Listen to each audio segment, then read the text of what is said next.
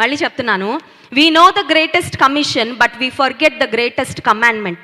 సర్వ సృష్టికి వెళ్ళి సువార్తను ప్రకటించండి అని దేవుడు తన ప్రజలకు ఇచ్చిన ముఖ్యమైన బాధ్యత అయితే, దేవుడు తన ప్రజలకు ఇచ్చిన ముఖ్యమైన ఆజ్ఞ ఏంటో తెలుసా? మత్తయి సువార్త 22వ అధ్యాయం 37వ వచనం. ఇది ప్రతి ఒక్కరు బైబిల్లో అండర్లైన్ చేసుకోవాలి, ప్రతి ఒక్కరు ఈ వచనాన్ని ఖచ్చితంగా బై హార్ట్ కూడా చేయాలి. చదవండి, మత్తయి సువార్త 22వ అధ్యాయం 37వ వచనం.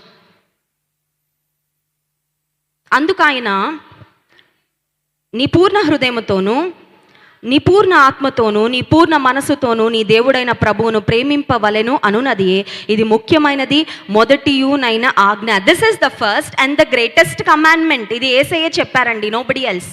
యేసయ్య నోటి నుండి వచ్చిన మాట. ముఖ్యమైనది, ప్రధానమైనదైన ఆజ్ఞ ఏంటి అంటే, నీ దేవుడైన ప్రభువును పూర్ణ హృదయంతో, పూర్ణ మనసుతో, పూర్ణ ఆత్మతో, పూర్ణ శక్తితో, పూర్ణ బలముతో, పూర్ణ వివేకముతో ప్రేమించాలి.